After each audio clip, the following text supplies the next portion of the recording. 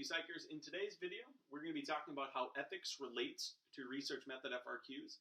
If I had to predict, I would say there's a pretty good chance that we see an FRQ on the AP exam this year that incorporates ethics in some capacity. The College Board has stated they intend to ask questions that are challenging to just Google. So from that point, I think it's going to be a lot of application questions, like identify the ethical flaw in this study. That's not really something you can just Google. You would sort of have to have exposure to the ethics of science studies and research ahead of time. There are a handful up here that we're just going to briefly overview. In terms of the historical scope of FRQs, these are really the only ones that I've ever seen come up. Back in Unit 2, we did read through very briefly a more complete and total list. But if I were to guess, these are the types of issues that I could see on an FRQ. And once we go through them, I'll then address the types of questions that I've seen historically. Any proper research needs to be approved by the Institutional Review Board. You need to submit a document outlining your approach, the debriefing methods, whether or not deception is going to be used, really all of the expectations of the study need to be approved beforehand. So any of the research that we've read, whether it's actual research or whether it's in the FRQ, in theory that research was approved by the IRB at some point. So if you see IRB on the AP exam, that's what it's referencing, the organization that's going to approve your research. In theory, any FRQ has been approved by the Institutional Review Board, assuming it was an actual study that was conducted. The next term that you could see, or at least the topic that you could see, is what we call informed consent, which happens before the study. During the point of informed consent, you need to provide the participants, or at least the prospective and potential participants, with the basic expectations of what they're going to do. Now, it is ethical to deceive participants. We described that numerous times back in Unit 2, and then really into Unit 3, Social Psychology. It's actually okay to deceive if it's absolutely essential to conduct your research, but regardless, you still need to give at least a general understanding to the participants so that they can consent to being a participant with some type of information, some type of understanding as to what it is they're about to do. So the informed consent happens before the research actually happens. You sit down with the participants, you explain to them what they're going to do, and you ask, are you willing to consent? Consent as a term is also important. You can't just walk into a high school and take 15 students who are under the age of 18. If you're working with a minor, you would need consent from their parents. So there are a few different areas where consent can come up. The next is the research needs to be voluntary, and you need to have the right to withdraw. You can't force someone to be part of a psychological study. And once the study has started, if the participant feels uncomfortable for any reason whatsoever, they have the right to withdraw. You cannot force them to finish the study from start to finish if at any point they feel uncomfortable. So it's important that their consent is voluntary, that they're not being forced into this.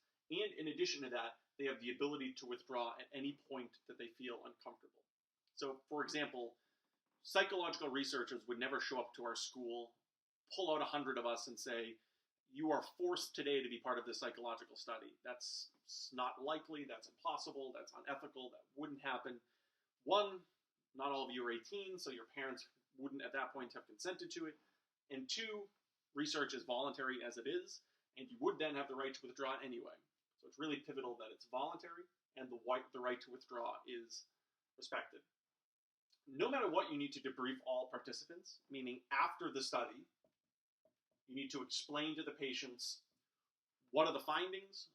If you deceived, meaning you lied to them at any point, it's essential. You must debrief if you used deception. You would debrief anyway, not that just deception-oriented studies need debriefing. You debrief everyone no matter what. However, it is the deception element of some research that really makes debriefing important. Way back when we talked about Milgram's work, we talked about why not debriefing and deceiving can really cause some significant psychological trauma, particularly to those participants after the study. So it's really important that debriefing occurs after the study. This is when you explain the basic premise of the study, you explain the findings. And it is especially important if any lying occurred. The next issue is to maintain privacy. So this means, not publishing names. You can't really look up personal records. A psychological researcher is not going to show up to your work and ask for this personal information about you. A psychological researcher is not going to show up to the school, at least without your consent, and ask for personal information about you. That breaks privacy. That breaks confidentiality. And at least from the researcher's perspective, in the aftermath, when you publish your work, you can't publish names. You can say things like subject 2217.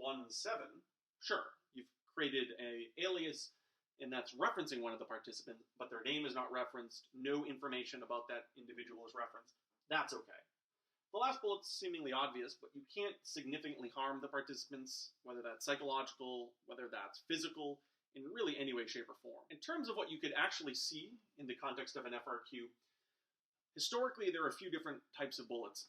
One is identify an appropriate ethical procedure done by the researchers. So actually identify something they did well. You would then be limited to the types of things that I have on the board. And what's extremely important is you cannot assume that the researchers did something that's not actually stated. So for example, you couldn't say, oh, this must have been approved by the IRB, even though it doesn't say it. Yes, I know that is an assumption that you could theoretically have because it's research. However, when they ask that bullet, you are limited to the scope of what the bullets say, or what the FRQ text says. So if it doesn't reference IRB approval, that cannot be your answer. You must find something particularly listed on the board here that they clearly did in the study. The same is true if you see the bullet, identify an improper ethical procedure, or identify an ethical flaw in the study. If it doesn't explicitly and clearly state a flaw in the text of the prompt, you can't assume they made a mistake. You must look for something that they did wrong. Maybe they forced people to be part of the study. Maybe they did not provide the right to withdraw. Maybe they failed to debrief. Maybe they only debriefed half the participants, which is also an ethical issue. You need to debrief everyone. Maybe they published the names of the participants. Maybe they looked up some personal records that they should have had no ability to look at whatsoever. Maybe somebody got significantly harmed. And I don't mean just tripping. I mean significant, either physical or psychological harm. That's one of the types of questions that you could see. Another really common question that they've asked a few times, something along the lines of, why is debriefing necessary in the context of this study?